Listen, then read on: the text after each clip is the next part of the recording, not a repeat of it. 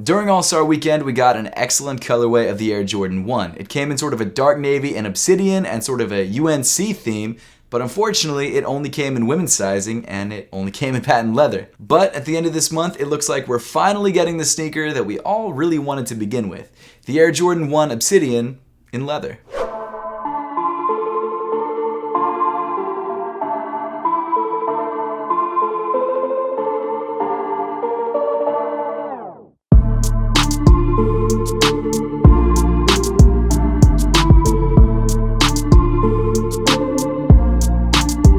Let me just start this review off by saying that I think this is probably the best non-collaboration Air Jordan 1 colorway to drop this year. And I'm just saying that now so that there's no confusion.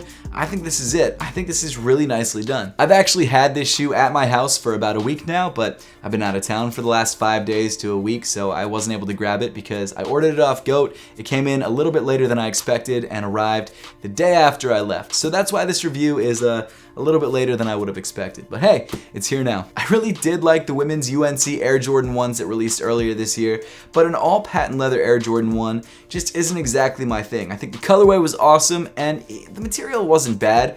It just, I don't know, it's not an everyday shoe. But this is a shoe that I could wear every day. This is a shoe that I could throw on with pretty much anything and it wouldn't look out of place. Tumbled leather is just a more versatile material. It just works better on sneakers. Before anyone says anything, let me just clear it up. I think the patent leather on the Air Jordan 11s are what make that shoe. I think that's the defining detail of that sneaker. But on a do-everything silhouette like the Air Jordan 1, it just seems out of place. And that's totally just my opinion. There's nothing wrong with you liking patent leather Jordan 1s.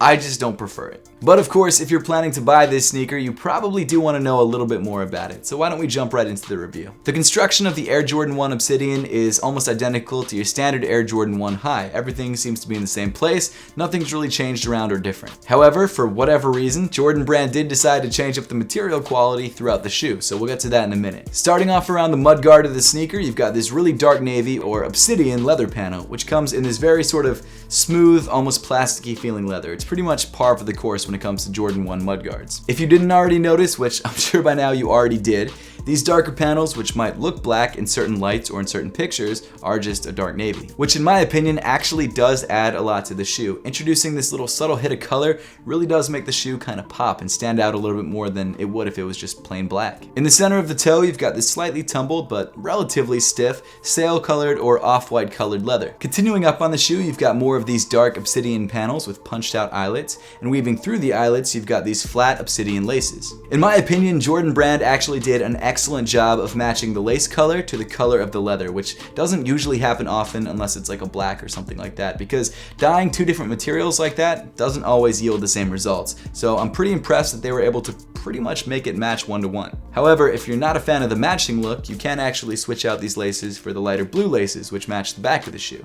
But in my opinion, I think the shoe looks better with these darker laces. Underneath the laces, you have a white nylon tongue, and at the top of the tongue, you have a dark obsidian tag with the Nike Air branding written in a lighter blue. Inside the shoe, Jordan Brand did decide to change things up a little bit. Rather than your standard material used on Air Jordan 1 sock liners, which can be a little bit rougher, they decided to go with a much more soft and neoprene feeling material, which is something that they do on some of the more premium Air Jordan 1s. If you couldn't already guess, the insole of the shoe also comes in obsidian with the Nike Air branding printed in a lighter blue. Moving on to fit, this Air Jordan 1 fits, you guessed it, exactly like standard Air Jordan 1s, which is totally fine with me.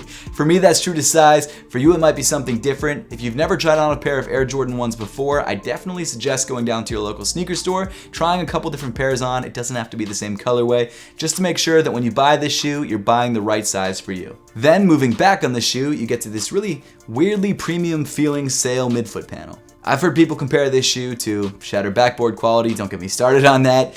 I mean, the leather does feel nicer. It's still like technically a synthetic leather, but it does feel nicer than the other leather on the shoe, and it feels weirdly more premium than the leather on the toe. I'm not sure exactly why that happened, but it feels really soft and really tumbled on the midfoot and kind of stiff and plasticky on the toe. Don't get me wrong, I love the fact that they did that to the midfoot panel. I think it makes the shoe feel more premium, which I appreciate, but it is kind of weird that it's only in one spot on the shoe. Smack in the center of the midfoot panel, you have the dark obsidian Nike swoosh, which in my opinion provides a really nice contrast with the midfoot of the shoe. Moving farther back on the shoe, you've got these lighter blue panels, which I think provide a really nice pop on the back of the shoe. And of course, they feature the Air Jordan Wings logo on the left lateral side. Around the top of the ankle, you've got some more Obsidian hits. And then moving down on the shoe, you've got a matching sail midsole and an Obsidian outsole. This all leather Air Jordan 1 Obsidian is awesome. I love that I can finally buy this colorway in a men's size so that it doesn't fit weirdly narrow like all women's shoes seem to fit on me. Not all women's shoes, just